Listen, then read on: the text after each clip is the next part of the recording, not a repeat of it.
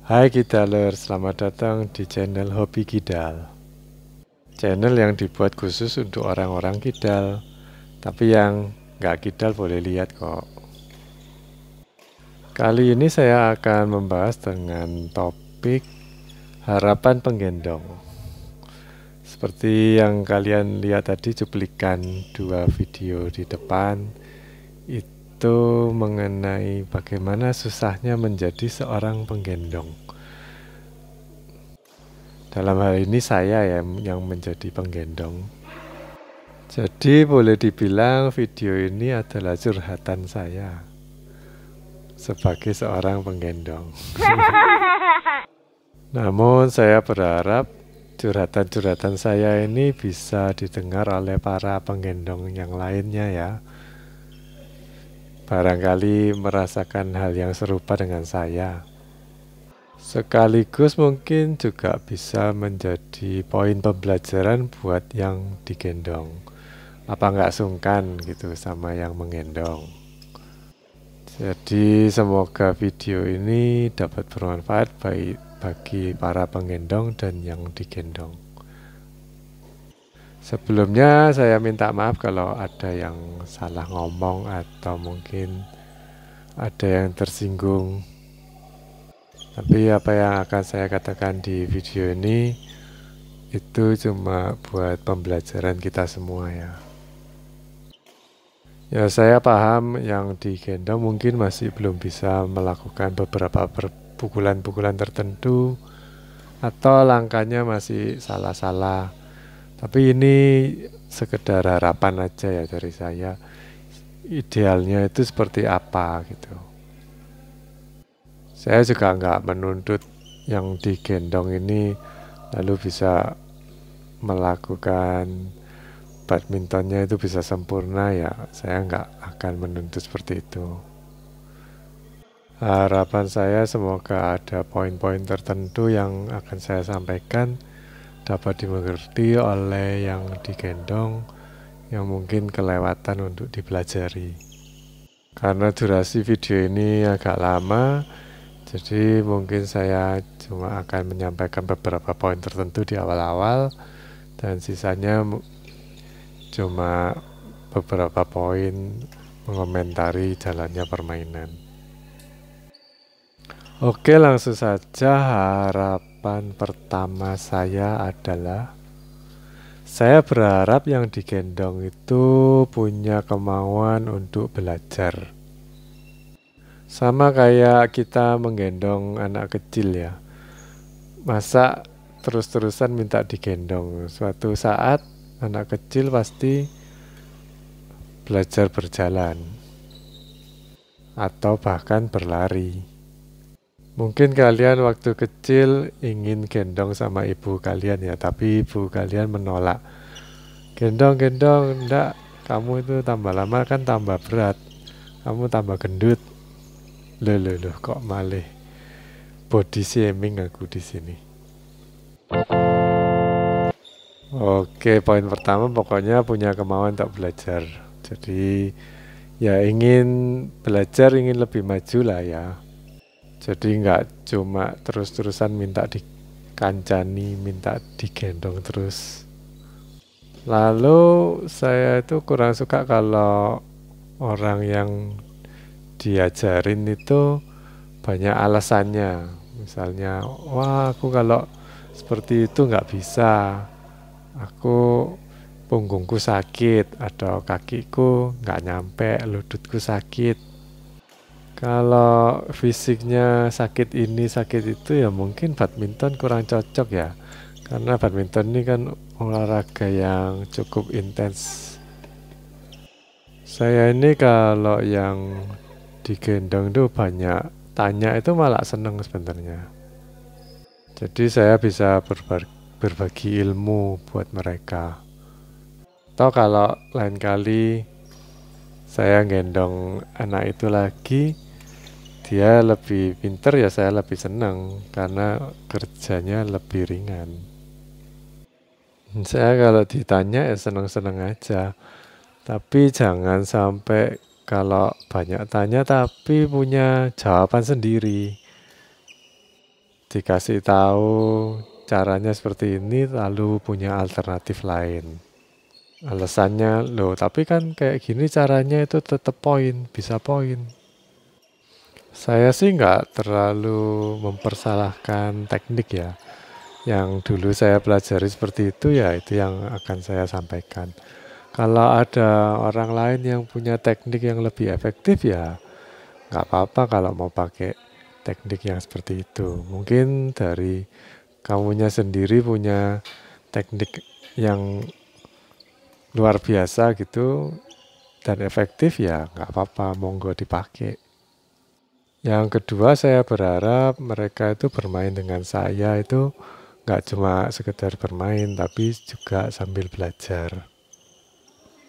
Saya sebenarnya nggak terlalu cerewet atau ngatur-ngatur harus kasih strategi seperti ini dan itu. Cuma kadang-kadang kalau poinnya kalah jauh baru saya bilang, kita kasih belakang, lalu depan, belakang, depan. Nggak usah kiri kanan aja, misalnya seperti itu. Jadi supaya mereka itu mengamati strategi lawan itu bagaimana dan strategi kita untuk membalikkan keadaan bagaimana. Jadi semacam kayak coach gitu.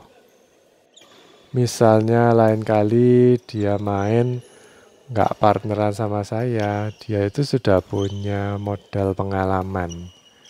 Jadi sudah mengantongi beberapa taktik-taktik yang strategis. Poin yang penting di sini tuh sebenarnya pengamatan ya. Jadi nggak sekedar bermain tapi mengamati ciri-cirinya lawan tuh seperti apa. Misalnya kayak di sini tuh Kosa ya, itu seringnya kasih bola-bola drop. Itu kita harus amati. Lalu juga dikomunikasikan sama partner kita.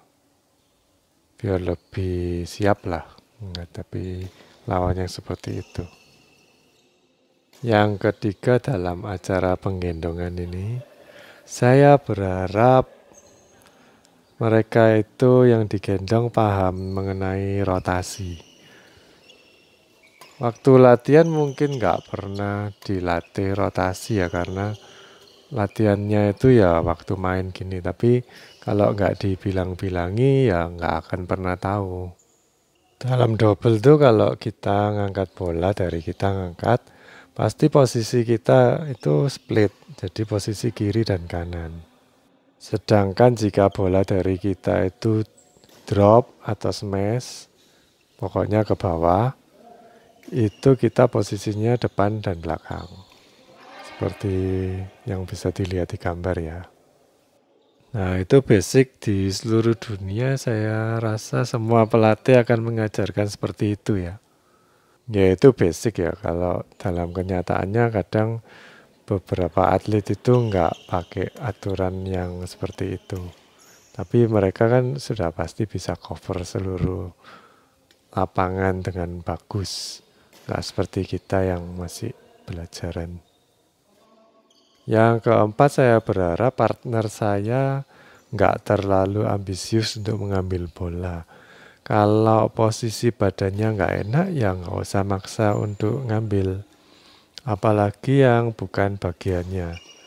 Selain berbahaya juga bisa tabrakan secara fisik atau raketnya yang tabrakan. Ya saya senang sih kalau partnerku itu rajin ambil bola. Cuman kadang-kadang waktu posisiku itu enak buat matiin malah direbut sama yang gendong. Terus jadinya nanggung atau malah nyantol net. Yang kelima, waduh kritik terus nih, nggak ada habisnya. Yang kelima, saya berharap mereka ini tahu kapan melepas atau mengambil bola. Kadang saya, ya nggak kadang, seringkali saya nemui partner saya itu raketnya diayun tapi nggak nyampe, terus batal ngambil. Atau badannya bergerak seolah-olah mau ngambil tapi nggak jadi. Nah itu menyulitkan saya, jadi buntut-buntutnya ya nggak ada yang ngambil. Yang keenam, saya berharap bolanya itu kembali nggak nanggung. Ya saya tahu mereka masih belajar ya, kadang saya juga berbuat seperti itu. Itu ya nggak disengaja sih. Tapi ada kiat-kiat tertentu mungkin yang digendong bisa belajar ya. Jadi biar nggak nanggung itu kita bisa kembalikan tuh jangan ke arah yang ada orangnya, tapi cari ke ruang kosong. Letakkan bola di situ. Meskipun nggak jauh dari orangnya, tapi yang penting ada ruang kosong itu langsung dikasih bola ke arah situ. Lalu yang kedua, taruhlah bola itu di pojok-pojoknya lapangan lawan. Misalnya nggak bisa sampai pojok sudut ya, tapi paling nggak ke arah samping-samping lah, minimal. Yang ketiga, sebenarnya bola nanggung itu bukan hanya kesalahan dari tangan kita, tapi karena posisi kita nggak nutut atau posisi standby kita itu salah. Makanya pengembaliannya itu nggak bisa maksimal karena ya apa ya pijakannya itu nggak stabil, makanya pukulannya itu juga nanggung. Yang ketujuh, saya berharap mereka itu lebih banyak melakukan pengembalian yang lebih banyak menghasilkan poin daripada melakukan gerakan yang banyak aksinya atau banyak trick shotnya. Atau setelah dilatih net silang terus langsung dipakai net silang padahal latihannya masih belum sempurna.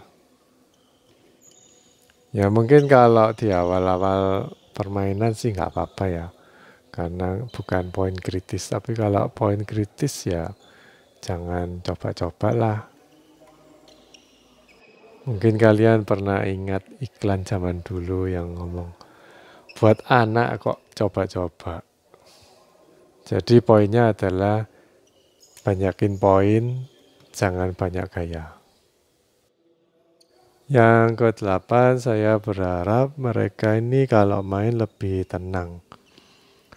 Nggak bisa dipungkiri memang, kalau yang digendong pasti lebih banyak dikasih bola atau lebih banyak diserang. Tapi itu bagus sih buat melatih mental. Jadi yang digendong ini harus bisa manage psikologinya ya. Walaupun under pressure tetap harus bisa tenang. Kuncinya di badminton tuh cuma tenang. Kayak Hendra Setiawan tuh kan orangnya tenang. Kalau orangnya tenang itu pengembaliannya itu nggak banyak error. Tenang itu nggak sama dengan hati-hati ya. Kalau terlalu hati-hati itu sampai bolanya itu nggak nyampe atau nggak melewati net. Olahraga itu nggak bisa dihitung dulu, lalu kita melakukan gerakannya. Tapi itu lebih banyak ke insting sih. Kalau dipikir dulu itu biasanya timingnya nggak pas.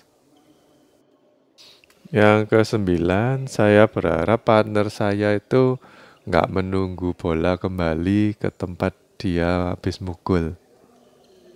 Saya sering amati anak-anak itu habis mukul, misalnya dia di belakang, posisi belakang gitu, habis ngelop, terus dia nunggu di posisi belakang itu terus. Padahal harusnya kan dia maju ke agak tengah. Biar kalau di smash sama lawan dia bisa ambil, atau kalau di drop larinya itu nggak jauh-jauh. Tapi habis mukul dia malah mengamati pukulannya. Wah, hebat ya saya bisa mukul yang jauh. Jadi kayak kagum pada pukulannya sendiri begitu. Terus terpaku di tempat yang sama. Ya nggak mungkin sama lawannya itu dikasih ke tempat yang sama kecuali memang mau ngerjain kamu.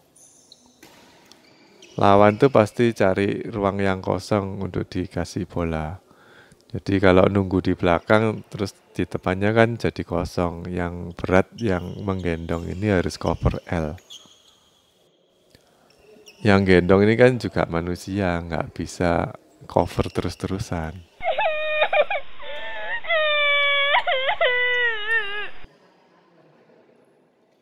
Yang ke-10, saya ingin partner saya itu pukulannya banyak variasi. Kadang partner saya itu punya keunggulan, meskipun masih pelajaran itu punya keunggulan satu pukulan tertentu ya. Misalnya net silangnya itu bagus, tipis, terus bisa masuk, tipis juga. Jatuhnya di pojokan garis gitu. Ada juga yang netting lurus ya, itu bagus, bisa tipis. Jatuhnya di dekat bibir net itu. Dulu ada yang pernah bilang kayak gini, mending menguasai satu pukulan yang bagus atau jadi master ya, daripada banyak pukulan tapi nggak ada yang bagus. Tapi sayangnya satu pukulan yang bagus itu bisa dibaca lawan lama-lama. Misalnya, oh anak ini kebiasaan kalau saya kasih net lurus, dikasih silang. Jadi lain kali kalau saya net lurus, saya siap-siap langsung jaga di sebelah kanan atau sebelah kirinya. Ini poin yang penting ya menurut saya. Kalau kita mainnya itu nggak banyak variasi, pasti bisa ketebak oleh lawan. Seakan-akan pukulan partner kita itu otomatis seperti itu. Jadi kalau dikasih A, pasti mengembalikannya B, seperti begitu. Nggak pernah dikasih A mengembalikannya C atau D atau F atau Z, nggak pernah. Kalau memang nggak bisa kasih B, kasih C, ya belajarlah. Jangan cuma karena oh aku bisa mengembalikan bagus kok pakai pukulan yang B, jangan kasih B terus. Kita juga harus bisa kasih variasi pukulan yang lainnya di posisi manapun. Lindan dulu juga pernah bilang kayak gitu. Jadi mau dikasih pukulan kemanapun dia bisa mengembalikan dengan arah yang kemanapun dia mau. Oke, saya batasi sampai 10 aja ya harapan-harapan saya terhadap yang digendong. Nanti kalau kebanyakan malah nggak ada yang mau partneran sama saya, soalnya saya cerewet. Sekarang mari kita saksikan babak kedua dari permainan ini.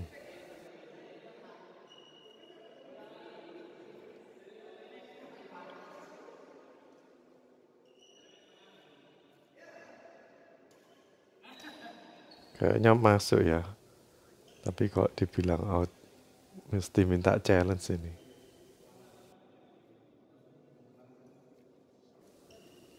Ini Kosa harusnya kalau mau net kill gitu kan lebih bisa dapat poin sih daripada kebiasaan dia itu suka silang-silang kalau net. Memang agak susah sih untuk menghilangkan kebiasaan. Tapi kadang-kadang ya perlu, kita harus tahu kalau kita punya kebiasaan apa, tapi kita sadar kalau kebiasaan itu nggak bagus buat kita. Jadi kita harus berubah atau melakukan pukulan yang berbeda.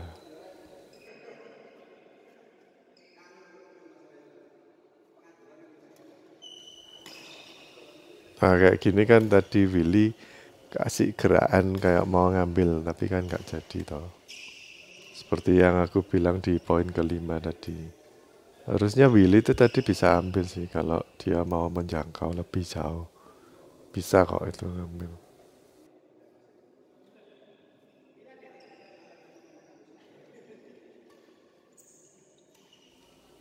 Ini Willy nanggung, harusnya Kosa kan tinggal kill aja. Tapi disilangin malah nyantol. Seperti yang aku bilang tadi di poin yang ke-7, jangan kebanyakan gaya. Challenge. Tapi Kosa ini pengamatan untuk bola outnya itu lumayan bagus sih. Dia bisa kira-kira kurang 2 senti gitu, dia tahu. Kosa ini suka kasih bola-bola yang gak umum kayak tadi itu kan. Mestinya orang normal kasih lob atau lurus, tapi ini kan dia silang. Cuma gagal. Meskipun nggak gagal tuh, tapi aku kan sudah ada di lokasi yang dia maksud. Tinggal aku kasih sodok ke belakang aja, mati tadi.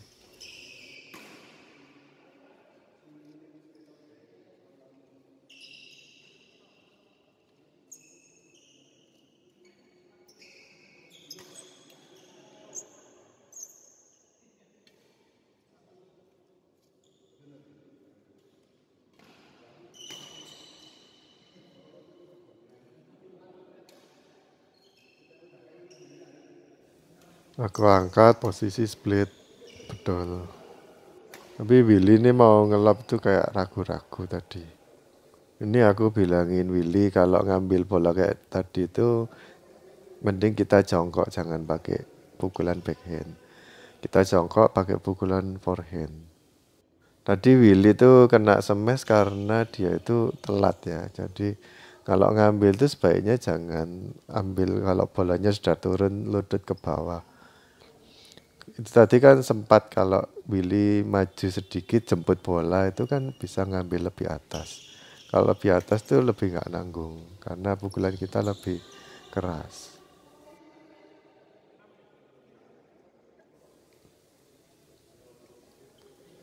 Ini sudah betul, aku angkat terus aku turunin, Willy maju, itu betul.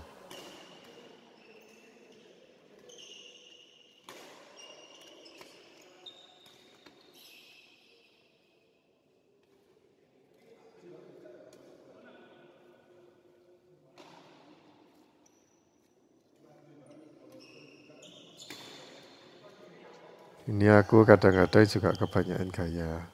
Karena memang lihat ada ruang kosong sih, soalnya Ian tuh terlalu mundur.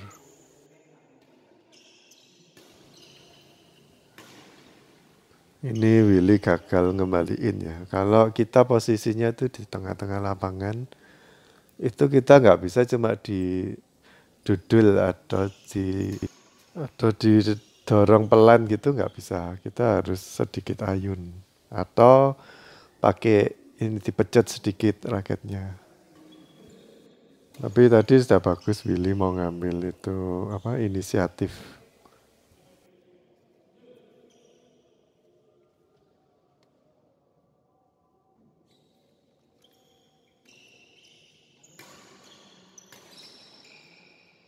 Nah, kayak gini tuh kadang-kadang yang digendong itu takut kalau ada lawannya di depan ngeblok kayak gitu.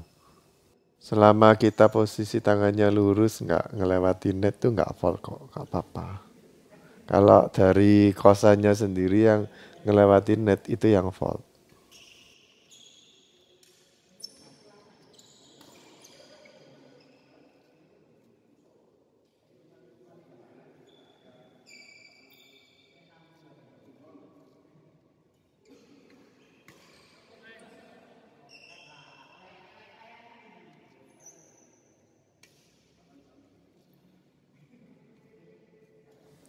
Ini pukulannya Willy itu sebenarnya telat.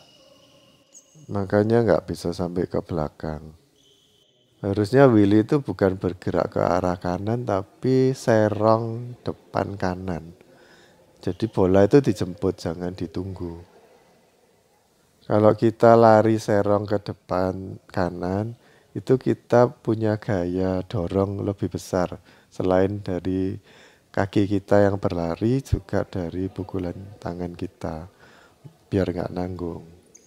Tapi kalau cuma bergerak kiri dan kanan kayak kepiting gitu, biasanya kita cuma mengandalkan kekuatan lengan, terus hasilnya itu nggak maksimal.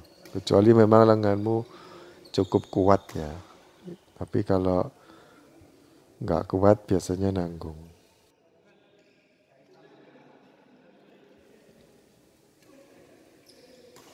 Ini harusnya Willy yang ngambil. Kalau dia sudah bergerak maju ya jangan setengah-setengah, langsung maju dan ambil aja. Kalau takut di belakang nanti nggak ada yang ngambil, pasti aku akan kejar untuk ambil yang di belakang. Soalnya aku tadi posisinya sudah di belakang.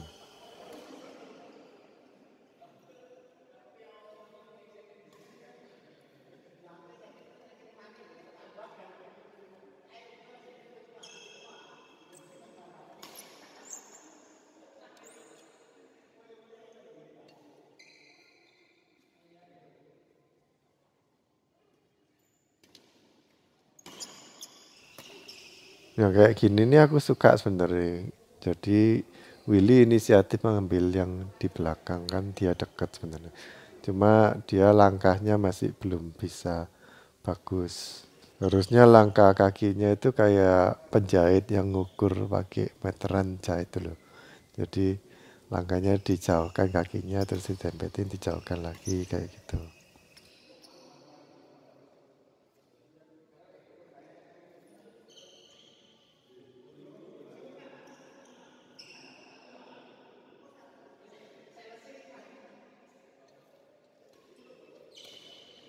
Set kedua ini aku sudah capek, sudah aras-arasan ngambil. Sudah males ngambil pakai pukulan yang keras-keras. Kembaliin asal-asalan. Willy sepertinya juga sudah lelah, kurang konsentrasi. Gak apa-apa kadang-kadang kalau mau terakhir-terakhir gitu banyak errornya. Ya, kayak Ian ini error. Kita sudah sama-sama lelah. Tapi 2-3 poin kasihlah bola untuk lawan lalu kita semangat lagi. Biasanya kayak gitu sih triknya. Kita kasih bola 2 atau 3 buat lawan. Sementara kita santai-santai mengumpulkan tenaga lagi. Nanti kan gantian. Lawannya yang kita serang pasti kaget. Nah ini Willy kan sudah semangat lagi.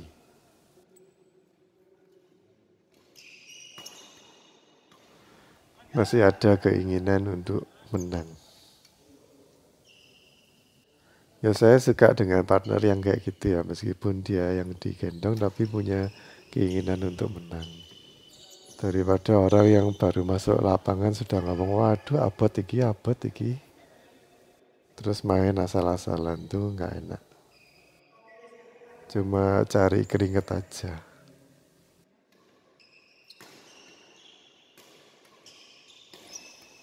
Nah, kayak Willy ini bagus dia ngeblok. Kalau posisi bolanya itu tinggi, dia jangkau lompat gitu, diblok pakai tangan. Cuma lurus gitu aja bisa. Nggak perlu diayun. Tapi kalau nggak lompat, kan ini kurvanya terlalu landai, biasanya nyangkut.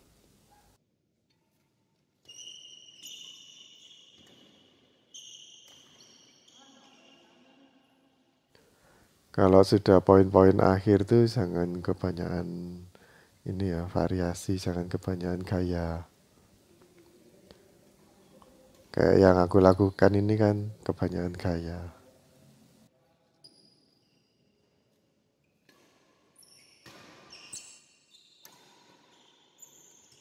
Willy posisi raketnya itu salah, harusnya di atas. Siku lengannya itu harusnya di atas, jangan sampai turun ke bawah.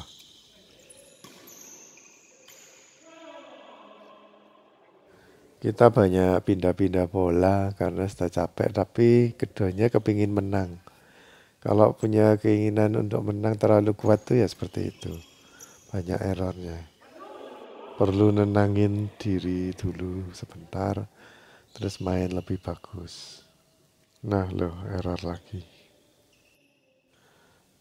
Konsentrasi, konsentrasi. Sebenarnya itu cuma permainan psikologis saja sih. Jadi bukan karena lengannya itu sudah lelah. Akhirnya kita menang. Thanks for watching ya guys. Semoga membantu.